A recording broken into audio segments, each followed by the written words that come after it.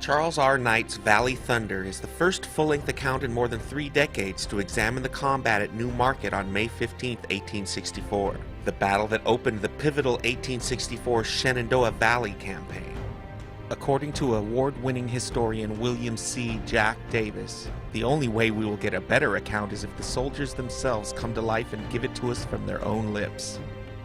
Lieutenant General Ulysses S. Grant, who set in motion the wide-ranging operation to subjugate the South in 1864, intended to attack the Confederacy on multiple fronts so it could no longer take advantage of interior lines. One of the keys to success in the Eastern Theater was control of the Shenandoah Valley, a strategically important and agriculturally abundant region that helped feed General Robert E. Lee's Army of Northern Virginia. Grant tasked Major General Franz Sigel, a German immigrant with a mixed fighting record, and a motley collection of units numbering some 10,000 men to clear the valley and threaten Lee's left flank.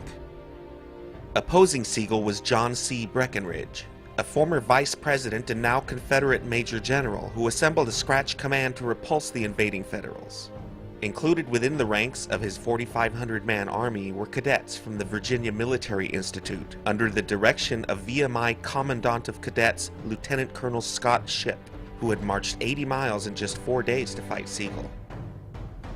When the two armies faced off at New Market, Breckinridge boldly announced, "I shall advance on him. We can attack and whip them here, and we will do it."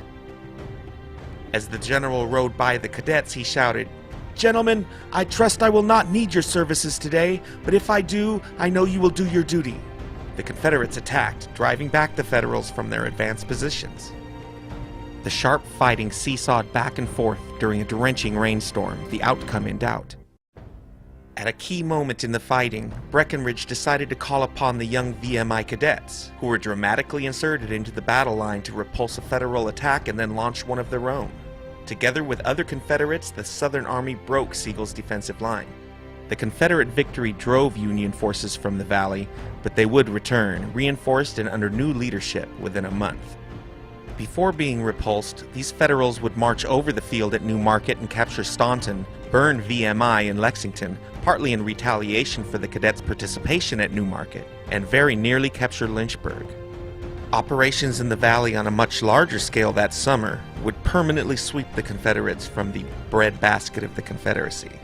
Valley Thunder, the Battle of New Market, is based upon years of primary research and a first-hand appreciation of the battlefield terrain. Knight's balanced and objective approach includes original maps, a detailed examination of the complex prelude leading up to the day of battle, traditional footnotes, and 8 fascinating appendixes.